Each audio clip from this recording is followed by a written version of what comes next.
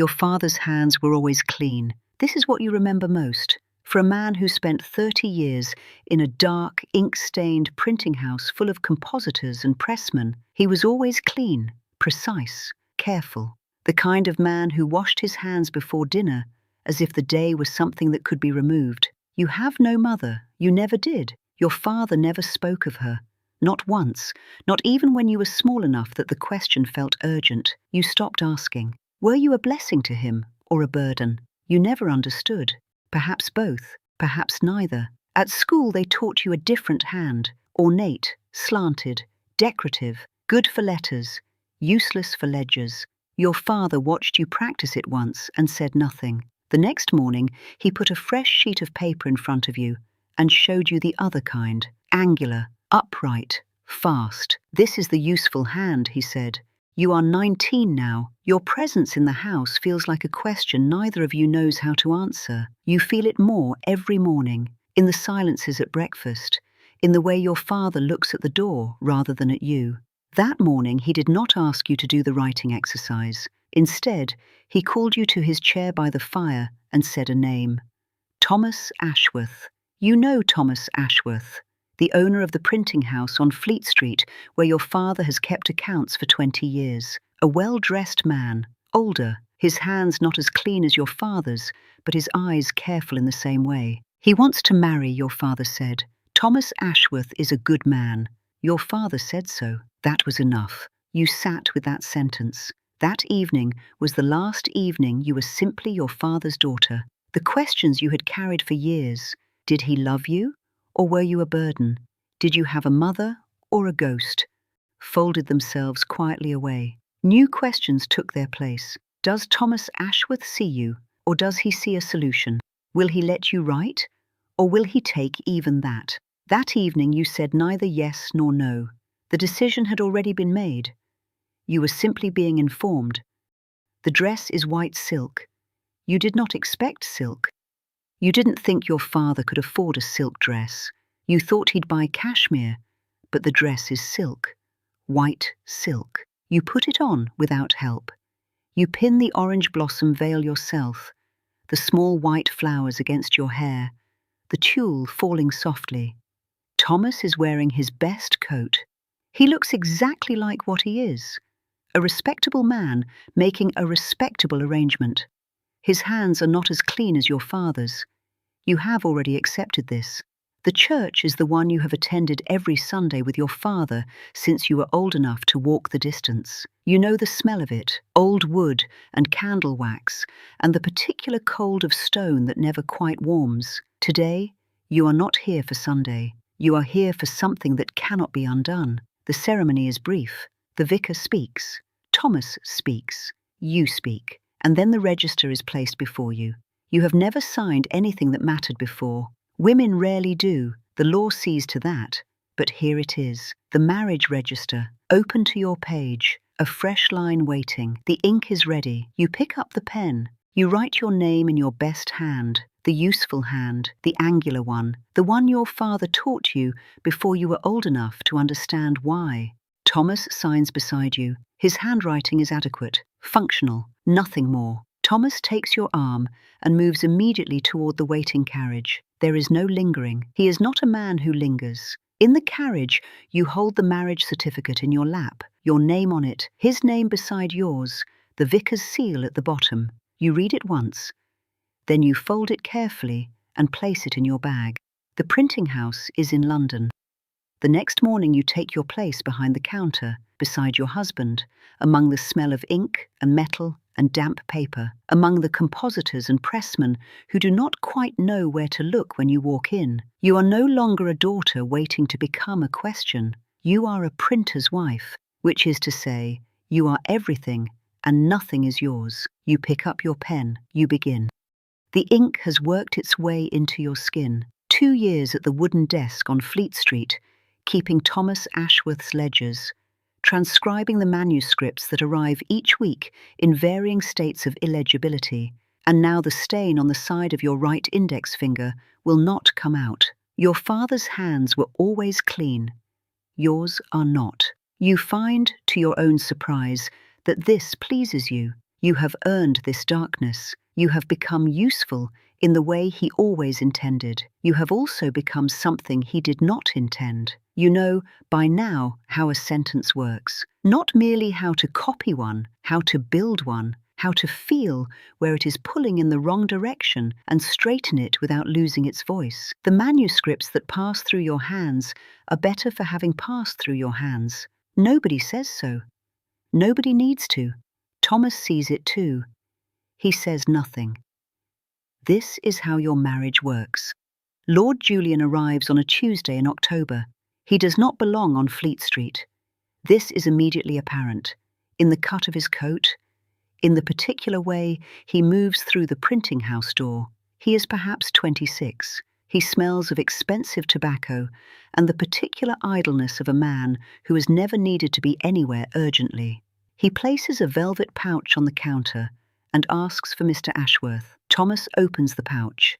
Inside, notes, loose pages. Society gossip, he explains.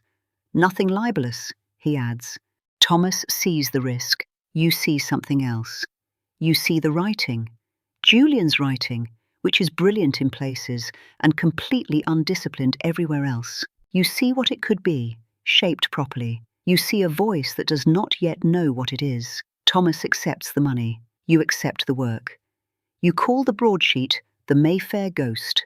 This is your idea. Under this name, published anonymously, printed on Thomas's press, distributed through channels Julian arranges, it becomes, within 3 months, the most discussed publication in the London season. Every drawing room, every club, every carriage on its way to the opera, someone is reading it, or pretending not to have read it, or denying they are the subject of it. Julian provides the material, the observations, the names, the particular inside knowledge that only someone raised in those rooms could possess. You take his scattered notes and build them into something sharp and controlled and alive.